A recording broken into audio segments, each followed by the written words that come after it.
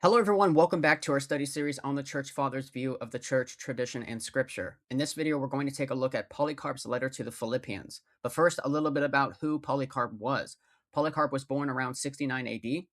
Polycarp was martyred around 155 AD. And according to Irenaeus, Polycarp was appointed as bishop of the church in Smyrna by the apostles in Asia, which is modern-day Turkey. Irenaeus says, but Polycarp also was not only instructed by apostles and conversed with many who had seen Christ, but was also, by apostles in Asia, appointed bishop of the church in Smyrna. We'll talk a little bit about what being a bishop meant for Polycarp at this time as well. Irenaeus also says that Polycarp always taught the things which he had learned from the apostles, and which the church has handed down, and which alone are true, and that Polycarp turned many away from heresy and towards the church of God, proclaiming that he had received this one and sole truth from the apostles, that, namely, which is handed down by the church. And we can trust Irenaeus' testimony to Polycarp, since Irenaeus was in close connection with Polycarp. Being a disciple of Polycarp, Irenaeus said, I could describe the very place in which the blessed Polycarp sat and taught, his going out and coming in, the whole tenor of his life, his personal appearance, how he would speak of the conversations he had held with John and with others who had seen the Lord. How did he make mention of their words and of whatever he had heard from them respecting the Lord?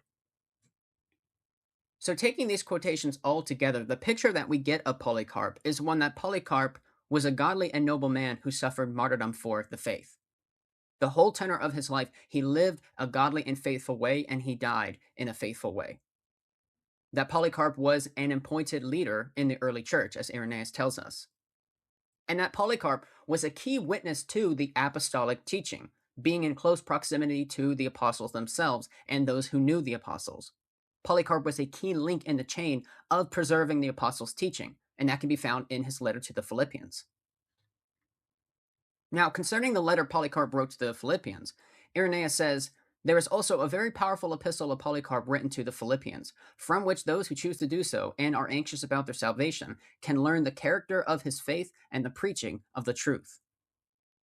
And when you look at the epistle as a whole, you'll notice that it is very practical and moral in the sense of exhorting the Philippians of how to conduct themselves and what not to do as Christians. And in the letter, Polycarp talks about the duties of the offices in the church. And what also seems to be another occasion for the letter was to connect to it a collection of Ignatius letters, which the Philippians likely asked for. So now, with a little bit of the background of who Polycarp was and a little bit of the context of the letter he wrote, the first text I want to take a look at from Polycarp's letter to the Philippians comes from chapter 9, where Polycarp tells us to follow the example of patience of the blessed Ignatius and Zosimus and Rufus, but also in others among yourselves, and in Paul himself and the rest of the apostles. Now, one thing you might notice is how many names are explicitly named here, which is very telling, because what this tells us is that the early church was very interconnected. Everyone knew each other. There weren't leaders isolated from communities. If you were a leader of a community, you also knew the leaders of other communities and likely what they wrote as well, because texts were shared, as we shall see. And in the apostolic period of the church leaders like Polycarp was operating within this immediate vision of generations, meaning it was the apostles, right? Those who knew the apostles, and then the next generation. It was a threefold generation which kept the apostolic teaching very tight-knit. That is the context leaders like Polycarp was thinking in, who, like Clement of Rome, had a vision that the preceding generations will continue to preserve the apostolic teaching. And notice how Polycarp doesn't just make mention of the apostles and Paul and leaders like Ignatius, Zosimus, and Rufus, but Polycarp says, but also in others among yourselves. This is similar language to the language used by Clement of Rome in 1 Clement, where he says, those leaders appointed by them, the apostles, or afterwards by other eminent men. That phrase, or afterwards by other eminent men, and but also in others among yourselves, gives us a pattern that shows that there were godly leaders among each community of Christians who served as examples in the faith. Now, moving on to chapter 13, before we dive into the text from there, there are a few contextual issues surrounding chapter 13, which I want to take a look at, which is that scholars believe that there were two letters of Polycarp, and that chapter 13 and 14 of Polycarp's letter to the Philippians are part of the second letter that was added to the first by scribes and copyists. So chapter 13 and 14 are not part of the original letter, but was later added on to it. And the reason why is because in the early church, if a neighboring church asked for copies of Polycarp's writing, right, or when later generations wanted to preserve them, then a scribe or elder would transcribe both texts when copying onto a single scroll to keep all of Polycarp's wisdom in one place. So that's some of the reasoning behind why scribes or elders would do that, for the sake of preservation and practicality. So now with that being said, we're going to take a look at chapter 13. We're going to talk about Polycarp and apostolic succession and preservation. Now that we have a multi-generational view of the church in mind, like I said, the apostles, those who knew the apostles, and then the next generation, Polycarp tells us about what is actually done within these generations. Alongside of teaching and living godly lives, also came the preservation of the apostolic teaching. And this points us to apostolic succession, because like I said, when we went over Methodius' letter to Diognetus, the idea of preservation implies that there is a visible, active, trusted person or group in the church, which would be a succession of bishops and teachers in this time, who were capable of keeping the original teaching of the apostles preserved, and including the common faith of the laymen. They also have a part in the preservation of apostolic doctrine. Maybe not in a primary sense, but certainly the collective mind of the church as a whole serves as a part of the preservation of apostolic teaching, as a further testimony and witness to the preservation of apostolic teaching. So if the epistle of Methodius to Diognetus tells us that the church preserves the apostolic tradition by saying, and the tradition of the apostles is preserved, then Polycarp tells us about how that actually is preserved, the connected process of preservation.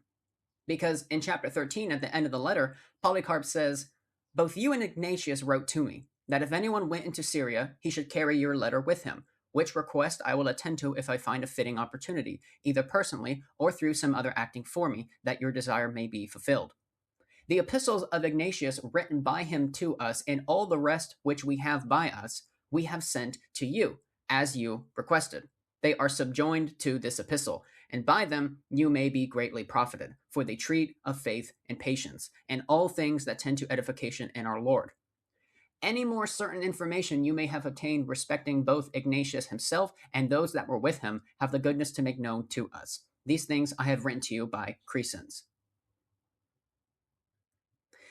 Polycarp shows us here how there was a early literary network in the church, where the church was actively reading each other's materials, right? And they built a shared library and intentionally preserved the writings of their leaders for everyone's edification and ensuring that everyone stayed doctrinally sound. So on a practical note here, how were the teachings of early Christian leaders preserved? Through oral tradition, of course, but also through those leaders' writings and the copies made of those leaders' writings. These copies were shared with each other. Notice how Polycarp says, the epistles of Ignatius written by him to us, and all the rest which we have by us, we have sent to you as you requested. They are subjoined to this epistle. So very practical.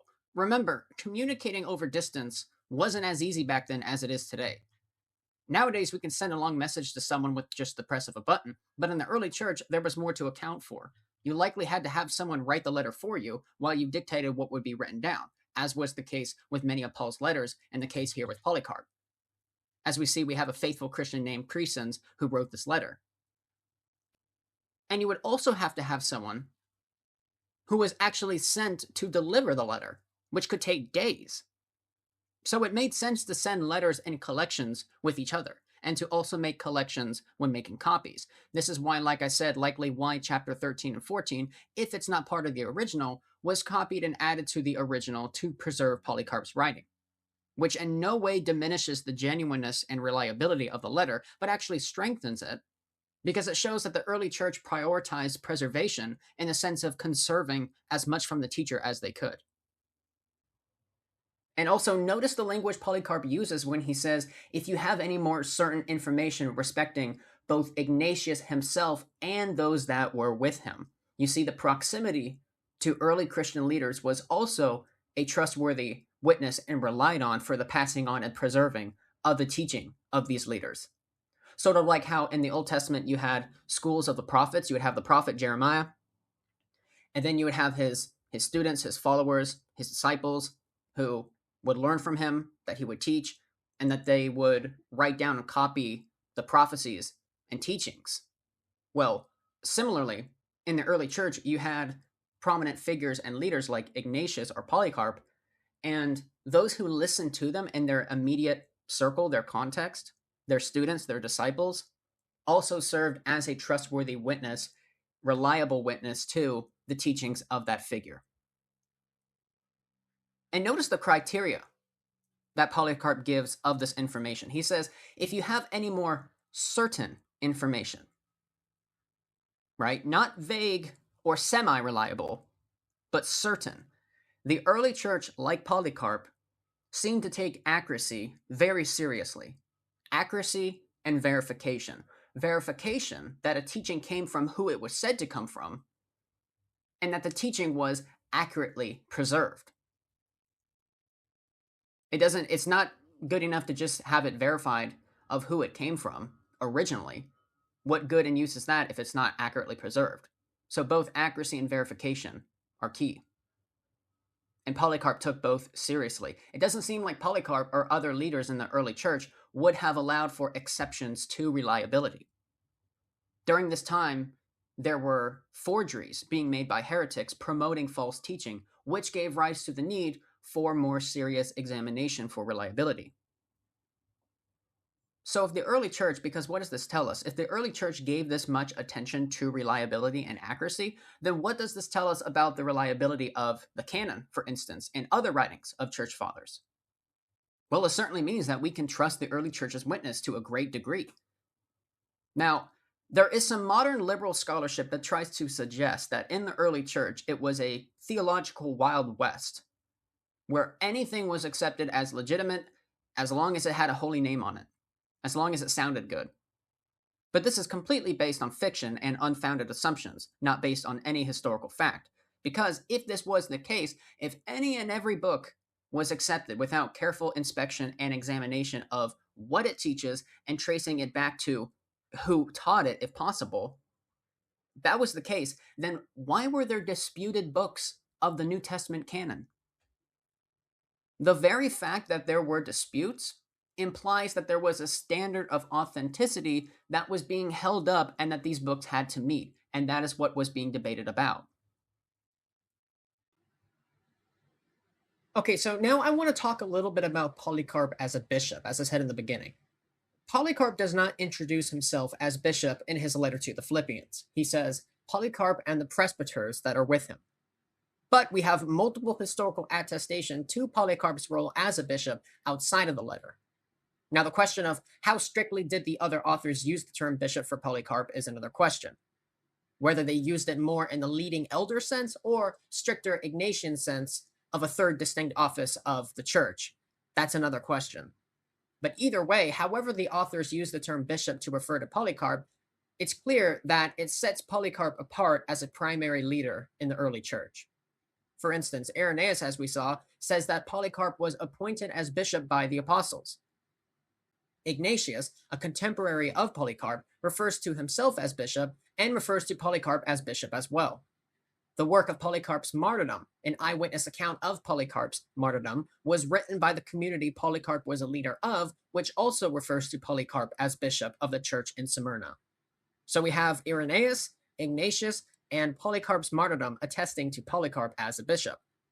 Now, when we take a look at Polycarp's role as a bishop and what that exactly looked like, we see that as a bishop, Polycarp's role was to preserve doctrinal purity and to combat false teaching and heresy. Polycarp says, forsake the vain doing of the many and their false teachings, and for everyone who shall not confess that Jesus Christ is come in the flesh is Antichrist, And whosoever shall say that there is neither resurrection nor judgment, that man is the firstborn of Satan. And thirdly, to navigate and give pastoral and moral guidance. According to Polycarp's letter to the Philippians, there was a presbyter named Valens that committed some kind of scandal, financial misconduct due to greed and covetousness. Polycarp says, I am greatly grieved for Valens, who was once a presbyter among you, because he so little understands the place that was given him. I exhort you, therefore, that you abstain from covetousness and that you be chaste and truthful. So as a leader, Polycarp had to navigate and deal with the break of trust and told the Philippians to not cut Valens off completely. But Polycarp said, I am deeply grieved, therefore, brethren, for him and his wife, to whom may the Lord grant true repentance. And be then moderate in regard to this matter, and do not count such as enemies, but call them back as suffering and straying members, that you may save your whole body. For by so acting, you shall edify yourselves. So we see Polycarp's role of a bishop consisted in preserving doctrinal purity, preserving and teaching apostolic teaching, combating false teaching and heresy, and also navigating pastoral and moral issues in the church. Polycarp was connected to his church. He wasn't an isolated bishop in an ivory tower. He was engaged. He was involved.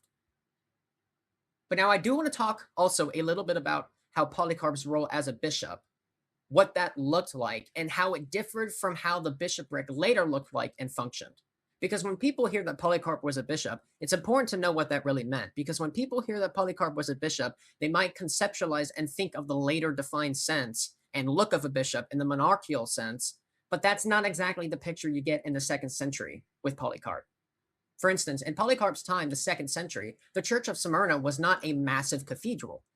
It was a connection of many small house churches throughout the city. Each house church had its own leaders, its own elders. But as the church grew and became legalized under Constantine in the 4th century, the church adopted the Roman Empire's administrative boundaries called dioceses. And at this point, the bishop no longer just oversaw a group of house churches in a city, but the bishop then ruled over an entire jurisdictional geographical location, which contained multiple towns, cities, and churches. So did Polycarp function as a monarchical bishop in the later 4th century sense in the 2nd century? Strictly speaking, no. The most natural and organic reading of Polycarp as a bishop was that he functioned as a leading elder amongst a group of elders over a group of house churches in Smyrna. This does, however, give rise to an important point, which has been the subject of debate between scholars for a while, which is, what do we make of Ignatius' letters? Because Ignatius, a contemporary of Polycarp, remember, speaks very highly of the office of the bishop as a single person that is a distinct office from elder and deacon and has authority above the elder and deacon. Polycarp, of course, does not speak explicitly about the bishopric as Ignatius does. The scholarly debate is over why Polycarp doesn't and what the implications of that is. One side of the debate says that Polycarp does not speak explicitly about the bishopric and in the strong terminology like Ignatius does, because that simply wasn't the context of Polycarp's letter. He wasn't writing for the same purpose and on the same subject as Ignatius was. And the argument goes that it is unlikely to think that Polycarp had a drastically different view of the office of the bishop that differed from his contemporary writer Ignatius at that time. The other side of the debate argues, however, that if Polycarp's letter was written the way it was because it was contextual, then so was Ignatius' letters. Ignatius was on his way to be martyred and was having to leave behind his flock and was in fear of them being left to be led astray by false teachers. So Ignatius wrote strongly and heavily on the importance of adhering to your bishop's leadership. This side of the debate, therefore, argues that Polycarp would not have had to have the same views of the office and importance of the bishop as Ignatius did, since Polycarp was not in the high-stress situation that Ignatius was in. The argument also further goes that Polycarp's silence was intentional, since Polycarp was very aware of the importance and stress Ignatius put on the office of the bishop. He had to have been. Polycarp was the one that collected copies of Ignatius' letters and sent them to the church in Philippi. Polycarp was the one that asked for more certain information about Ignatius to be given to him if there was any. So Polycarp must have been aware of the importance and stress that Ignatius put on the bishopric, and Polycarp still chose to write in a quiet way on that topic. If Polycarp saw the bishop as the third office of the church, distinct from elder and deacon, and the necessity of submitting to the bishop as having the most authority in church leadership, then it would have been highly irresponsible of Polycarp to not make mention of the importance of doing so in his letter to the Philippians and guiding them on moral practical issues and solving any problems in their church. So that's just a brief survey and overview of the two sides of the debate and what to make of the existence of Ignatius' letters in relation to Polycarp. So, in conclusion, if we were to summarize the main points from Polycarp's letter to the Philippians for our study, we can gather that Polycarp was a prominent early church leader that was engaged in doctrinal and pastoral issues in the church, preserving apostolic teaching and combating false teaching and heresy. That Polycarp lived in close connection to the apostles and their teaching. Polycarp was a disciple of John the Apostle, and Polycarp discipled Irenaeus. And Polycarp lived closely to the following generations from the apostles. And that Polycarp gave us insight into how the connected literary network of the churches worked. The process of copying, collecting, and sharing letters. So that sums up this video on Polycarp's letter to the Philippians, and this sets us up for the next video on the letter from the Church of Smyrna on Polycarp's martyrdom. Thanks for watching. I hope you found this video interesting and helpful. Leave a comment on what you thought of what was said below, and I hope to see you in the next one.